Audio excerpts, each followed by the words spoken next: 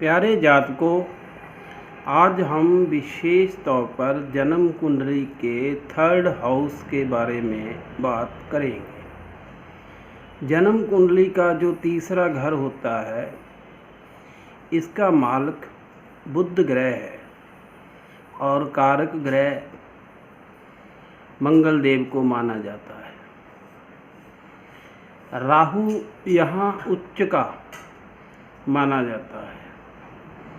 इस तीसरे घर से हम पराक्रम को देखते हैं, आस पड़ोस को देखते हैं, अपनी बाजुओं को देखते हैं, छोटे बहन भाइयों को देखते हैं।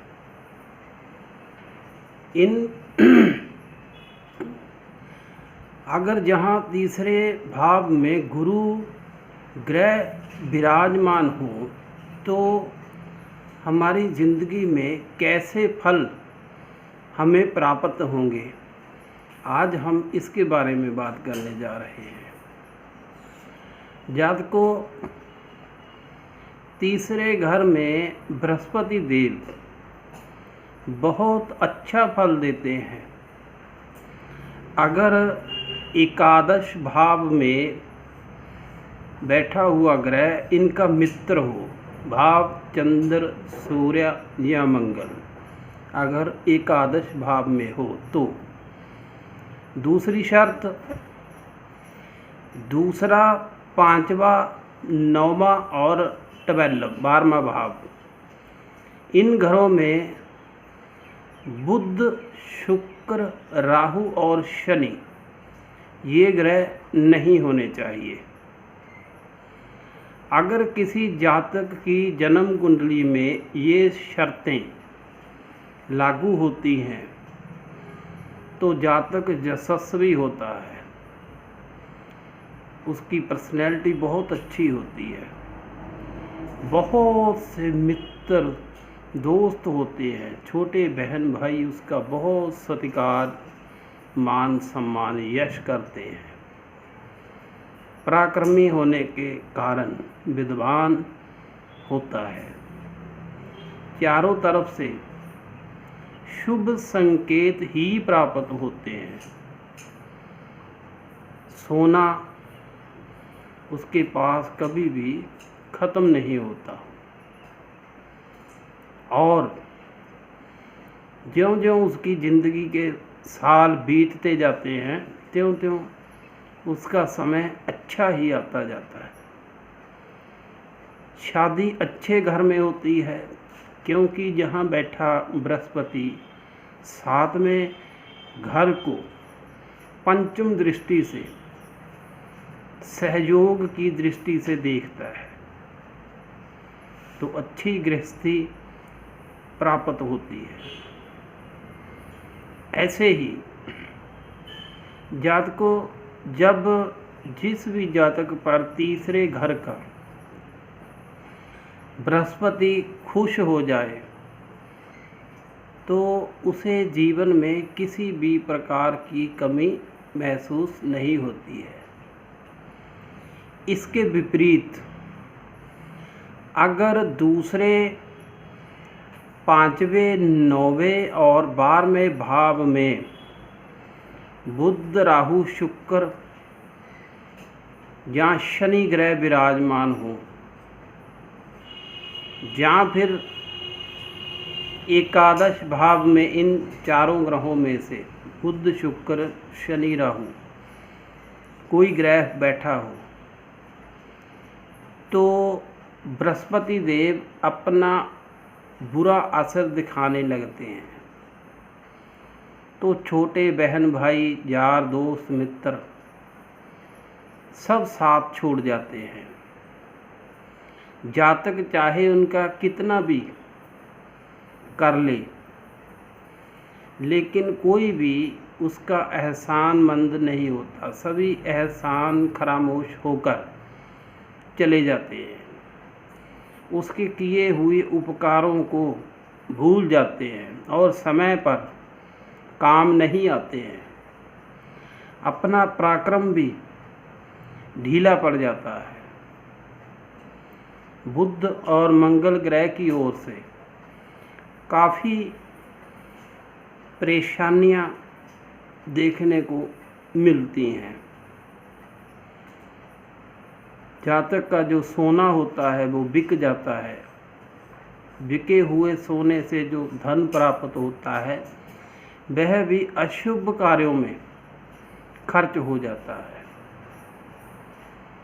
जातक ने जो विद्या प्राप्त की हुई होती है, विद्या का कोई भी लाभ नहीं होता है,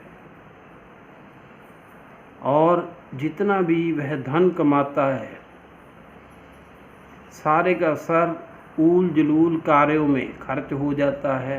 बरकत बिल्कुल भी नहीं होती। बरकत नाम की चीज़ उसकी ज़िंदगी के किसी कोने में नहीं होती है। तो बहुत से जातक हैं जो तीसरे घर में, चाहे उच्च राशि में ही क्यों ना हो, चाहे मीन राशि में या धनु राशि का ही बृहस्पति देव क्यों ना हो, लेकिन अगर इनके जो घर हैं पक्के, वहाँ इनके शत्रु ग्रह विराजमान हो जाते हैं तो बृहस्पति अपना पितृदोष दिखाने लगता है। तो उसका सारा ज्ञान अज्ञान का रूप धारण कर लेता है।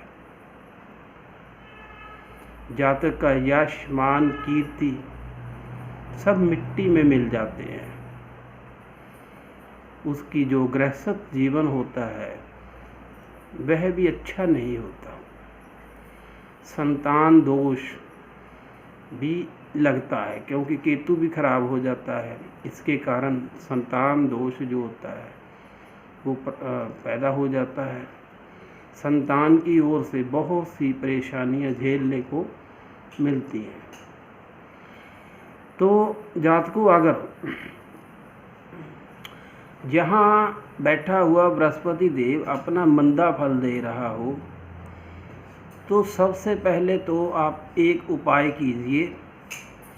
9 वर्ष से छोटी जो कन्याएं होती हैं उनका पूजन करें। हर अष्टमी को 9 या 7 की गिनती में कन्याओं को भोजन कराएं, प्रसाद हलवा खिलाएं, तिलक लगाएं, उनके सिर पर चुनरी दें और यथाशक्ति दक्षिणा देकर उनसे आशीर्वाद लेते रहें। ऐसे ही किसी माता के मंदिर में